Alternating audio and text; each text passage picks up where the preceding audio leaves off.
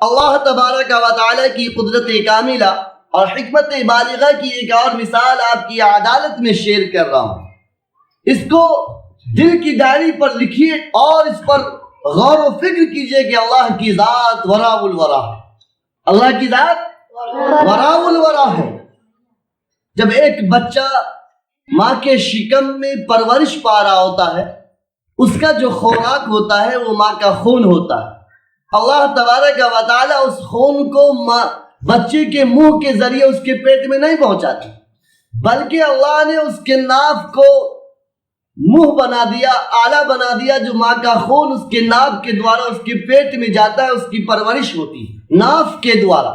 عزیزان گرامی قدر، بتلانا یہ مقصود ہے کہ جس منہ کو ہم شراب پی کر، ہم بھانگ کھا کر، ہم تاڑی پی کر، ہم گانجا پی کر اپنے منہ کو گندا کر لیتے ہیں، جھوٹ بول کر منہ کو گندا کر لیتے ہیں، رشوت کا مال کھا کر پیٹ کو گندا کر لیتے ہیں، سود کا مال کھا کر پیٹ کو منہ کو گندا کر لیتے ہیں، اور دلالی کا مال کھا کر پیٹ کو منہ کو گندا کر لیتے ہیں. اللہ تبارک و تعالیٰ کی ذات وہ ہے جس نے ماں کے پیٹ میں بھی آپ کی زبان اور آپ کے منہ اور پیٹ کو پاک و صاف رکھا. جس منہ سے آپ جھوٹ بولتے ہیں، جس زبان سے آپ جھوٹ بولتے ہیں، جس زبان سے آپ تہمت لگاتے ہیں، جس زبان سے آپ الزام تراشی کرتے ہیں، جس زبان سے آپ لوگوں پر بہتان باندھتے ہیں، جس زبان سے آپ لوگوں کی بدگوئی کرتے ہیں، جس زبان سے آپ غیبت کرتے ہیں،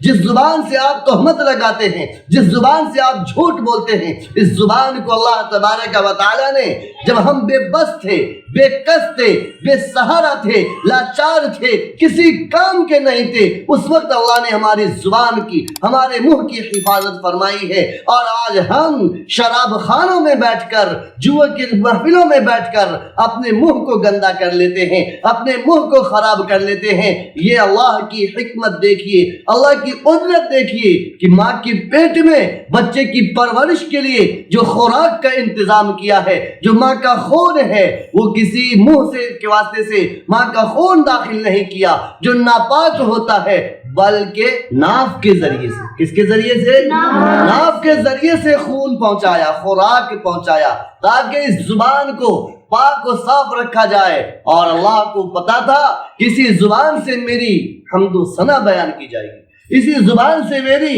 حمد و ثنا بیان کی جائے گی، میری ستائش بیان کی جائے گی، میری تعریف بیان کی جائے گی، میری توصیف بیان کی جائے گی، میری بڑائی بیان کی جائے گی، میری کبریائی بیان کی جائے گی. مجھے پکارا جائے گا، مجھے میرے حبیب کو پکارا جائے گا. اللہ تبارک و تعالیٰ نے اس زبان کو گندا کرنا اس جگہ پر بھی گوارا نہ کیا جب ہم کسی لائق نہ تھے.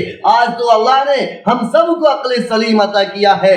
آج توبہ کیجئے، آپ توبہ کیجئے، استغفار کیجئے. آج کے بعد جھوٹ نہیں بولیں گے کہ یہ اللہ آج کے بعد جتنے جھوٹ بولا تمام کو معاف فرما. آمین. اللہ اس منہ سے جتنی ہم نے گندی چیزیں، گندے خوراک کھائے، گندے خوراک کے مطلب حرام لقمہ، گندا کے مطلب حرام لقمہ جو بھی کھایا ہے، اللہ اسے تو اس منہ کو پاک و صاف کر کے اسے معاف فرما. اللہ معاف فرما. یا اللہ ہماری تمام کوتاہیوں کو معاف فرما.